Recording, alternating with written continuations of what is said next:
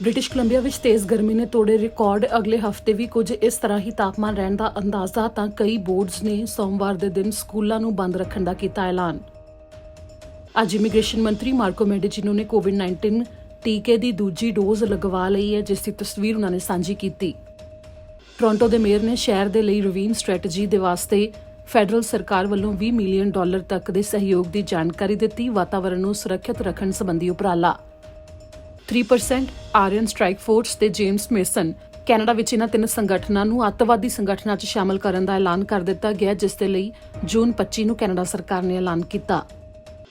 Burnaby ਵਿੱਚ Hilton metro town hotel ਦੇ ਕਾਮਿਆਂ ਨੇ ਆਪਣਾ ਕੰਮ ਵਾਪਸ ਲੈਣ ਦੇ ਲਈ ਪ੍ਰਦਰਸ਼ਨ ਕੀਤਾ, ਤਾਂ ਜਗਮੀਤ ਸਿੰਘ ਨੇ ਇਹਨਾਂ ਨੂੰ ਆਪਣੇ ਸਮਰਥਨ ਦਾ ਐਲਾਨ ਕੀਤਾ ਹੈ। ਕੈਨੇਡਾ ਵਿੱਚ ਜੋ ਡਿਸੇਬਲ ਨੇ ਉਹਨਾਂ ਦੀ ਮਦਦ ਦੇ ਲਈ ਕੰਮ ਕਰਨਾ ਜਾਰੀ ਰੱਖਣ ਤੇ ਨਾਲ ਹੀ ਹੋਰ ਮਦਦ ਦਾ ਭਰੋਸਾ ਦਿੰਦੇ ਹੋਏ ਪ੍ਰਧਾਨ ਮੰਤਰੀ ਜਸਟਿਨ ਟਰੂਡੋ ਨੇ ਬਿਆਨ ਦਿੱਤਾ ਹੈ ਕਿ ਜਿਨ੍ਹਾਂ ਇਸ ਦੇ ਲਈ ਸੂਬਿਆਂ ਤੇ ਟੈਰੀਟਰੀਜ਼ ਦੇ ਨਾਲ ਮਿਲ ਕੇ ਕੰਮ ਕਰਨ ਦੀ ਗੱਲ ਕਹੀ।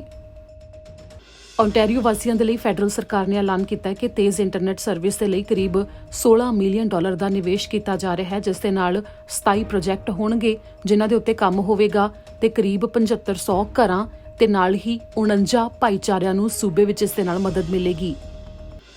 ਹਰਨਰਾਇਣ ਸਿੰਘ ਨੂੰ ਸਾਲ 2021 ਦੇ ਲਈ ਪੀਸ ਪੈਟਰਨ ਦਾ ਅਵਾਰਡ ਦਿੱਤਾ ਗਿਆ, ਜਿਸ ਦੇ ਲਈ ਪ੍ਰਧਾਨ ਮੰਤਰੀ ਜਸਟਿਨ ਟਰੂਡੋ ਨੇ ਹਰਨਰਾਇਣ ਸਿੰਘ ਨੂੰ ਵਧਾਈਆਂ ਦਿੱਤੀਆਂ। ਟਰਾਂਸਪੋਰਟ ਮੰਤਰੀ ਨੇ ਜਾਣਕਾਰੀ ਦਿੱਤੀ ਹੈ ਕਿ ਕੈਨੇਡਾ ਸਰਕਾਰ ਦਾ ਸਨਵਿੰਗ 에ਅਰਲਾਈਨ ਦੇ ਨਾਲ ਐਗਰੀਮੈਂਟ ਹੋ ਗਿਆ ਹੈ ਕਿ ਕੋਵਿਡ-19 ਦੇ ਕਰਕੇ ਜਿੰਨੇ ਵੀ ਗ੍ਰਾਹਕਾਂ ਦੀਆਂ ਟਿਕਟਾਂ ਰੱਦ ਹੋ ਗਈਆਂ ਸੀ, ਉਹਨਾਂ ਸਭ ਨੂੰ ਪੈਸੇ ਵਾਪਸ ਦਿੱਤੇ ਜਾਣਗੇ। ਸਿਹਤ ਵਿਭਾਗ ਨੇ ਕੈਨੇਡਾ ਵਾਸੀਆਂ ਨੂੰ ਕਿਹਾ ਹੈ ਕਿ ਕੋਵਿਡ-19 ਦੇ ਟੀਕੇ ਦੀ ਪਹਿਲੀ ਡੋਜ਼ ਲਗਵਾ ਚੁੱਕੇ ਦੂਜੀ ਡੋਜ਼ ਦੇ ਲਈ ਜਿਹੜੇ ਵੀ ਟੀਕੇ ਦੇ ਲਈ ਵਾਰੀ ਆਉਂਦੀ ਹੈ ਉਹ ਟੀਕਾ ਲਗਵਾ ਲੈਣ। ਹਾਊਸਿੰਗ ਮੰਤਰੀ ਅਹਿਮਦ ਹੁਸੈਨ ਨੇ ਜਾਣਕਾਰੀ ਦਿੱਤੀ ਹੈ ਕਿ ਓਟਵਾ ਵਿੱਚ ਅਫੋਰਡੇਬਲ ਘਰਾਂ ਦੀਆਂ ਜੋ 11,000 ਯੂਨਿਟਸ ਨੇ ਉਹਨਾਂ ਦੀ ਸਰਕਾਰ ਦੇ ਵੱਲੋਂ ਮੁਰੰਮਤ ਕਰਵਾਈ ਜਾਵੇਗੀ। ਵਾਤਾਵਰਣ ਵਿਭਾਗ ਨੇ ਚੇਤਾਵਨੀ ਦਿੱਤੀ ਹੈ ਕਿ ਇਸ ਵੀਕਐਂਡ ਦੇ ਉੱਤੇ ਓਟਵਾ ਵਿੱਚ 40 ਤੋਂ 60 ਮਿਲੀਮੀਟਰ ਤੱਕ ਮੀਂਹ ਪੈ ਸਕਦਾ ਹੈ। ਡੋਮੈਸਟਿਕ ਜਾਂ ਇੰਟਰਨੈਸ਼ਨਲ ਟਰੈਵਲ ਕਰਨ ਵਾਲਿਆਂ ਦੇ ਲਈ ਓਟਵਾ ਦੇ 2 ਕਲੀਨਿਕਸ ਦੇ ਵਿੱਚ $185 ਕੋਵਿਡ-19 ਦੇ ਟੈਸਟ ਕੀਤੇ ਜਾ ਰਹੇ ਨੇ। ਕੈਨੇਡੀਅਨ ਮਿਊਜ਼ੀਅਮ ਆਫ ਹਿਸਟਰੀ ਵਿੱਚ ਕੈਨੇਡਾ ਡੇ ਦੇ ਲਈ ਕੋਈ ਵੀ ਸਮਾਗਮ ਕਰਵਾਉਣ ਦੇ ਲਈ ਰਣਨੀਤੀ ਨਹੀਂ ਬਣਾਈ ਗਈ, ਇਹ ਜਾਣਕਾਰੀ ਸਾਹਮਣੇ ਆਈ ਹੈ।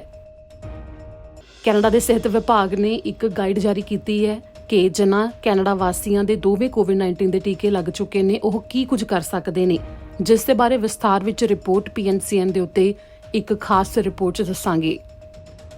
ਓਟਵਾ 'ਚ ਕੋਸਟਕੋ ਦੀ ਪਾਰਕਿੰਗ ਵਿੱਚ ਇੱਕ ਕਾਰ ਨੂੰ ਅੱਗ ਲੱਗ ਗਈ। ਸ਼ੁੱਕਰਵਾਰ ਦੀ ਦੁਪਹਿਰ ਨੂੰ 2:15 ਵਜੇ ਦੇ ਕਰੀਬ ਦਾ ਇਹ ਮਾਮਲਾ ਹੈ, ਜਿਸ ਕਰਕੇ ਕਿਸੇ ਵੀ ਵਿਅਕਤੀ ਨੂੰ ਨੁਕਸਾਨ ਨਹੀਂ ਪਹੁੰਚਿਆ।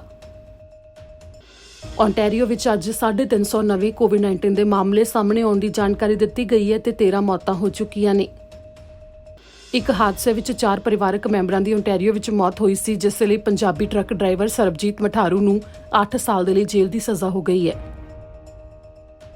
ਟੋਰਾਂਟੋ ਵਿੱਚ ਇਸ ਮਹੀਨੇ ਦੀ ਸ਼ੁਰੂਆਤ 'ਚ ਗੋਲੀਆਂ ਦੇ ਨਾਲ ਇਹਨਾਂ 2 ਨੌਜਵਾਨਾਂ ਦਾ ਕਤਲ ਹੋਇਆ ਸੀ, ਜਿਸ ਦੇ ਲਈ 4 ਜਣਿਆਂ ਦੇ ਉੱਤੇ ਮਾਮਲੇ ਦਰਜ ਹੋ ਗਏ ਨੇ। ਵੀਰਵਾਰ ਦੀ ਸ਼ਾਮ ਨੂੰ ਕਲੋਨਾ ਕੋਲ ਹਾਈਵੇ ਦੇ ਉੱਤੇ ਇੱਕ ਭਿਆਨਕ ਸੜਕ ਹਾਦਸਾ ਵਾਪਰਿਆ, ਜਿਸ ਤੋਂ ਬਾਅਦ ਇੱਕ ਮੌਤ ਹੋਣ ਦੀ ਹੁਣ ਪੁਲਿਸ ਨੇ ਜਾਣਕਾਰੀ ਦਿੱਤੀ ਹੈ। ਇਸ ਹਾਦਸੇ ਤੋਂ ਬਾਅਦ ਇੱਕ ਗੱਡੀ ਓਕਾਨਾਗਨ ਲੇਕ 'ਚ ਚਲੀ ਗਈ ਸੀ।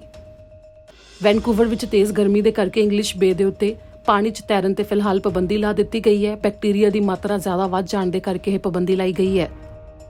ਬ੍ਰਿਟਿਸ਼ ਕੋਲੰਬੀਆ RCMP ਦੇ ਨਵੇਂ ਪ੍ਰਧਾਨ ਦੇ ਵਜੋਂ ਜੁਲਾਈ 1 ਤੋਂ ਡਵਾਈਨ ਮੈਕਡੋਨਲਡ ਨੂੰ ਕੀਤਾ ਜਾ ਰਿਹਾ ਹੈ ਨਿਯੁਕਤ।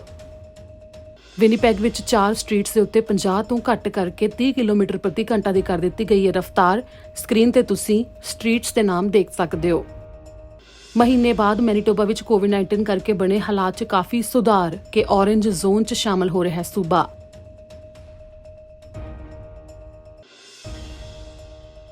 ਮੈਨੀਟੋਬਾ ਵਿੱਚ ਇੱਕ ਮੁਹਿੰਮ ਸ਼ੁਰੂ ਕੀਤੀ ਗਈ ਹੈ ਕਿ ਸੂਬੇ ਵਿੱਚ ਕਿਤੇ ਵੀ ਕੈਨੇਡਾ ਡੇ ਦੇ ਸਮਾਗਮ ਨਾ ਕਰਵਾਏ ਜਾਣ। ਮੂਲ ਨਿਵਾਸੀਆਂ ਦੇ ਬੱਚਿਆਂ ਨੂੰ ਸ਼ਰਧਾਂਜਲੀ ਦੇਣ ਦੇ ਲਈ ਇਹ ਮੰਗ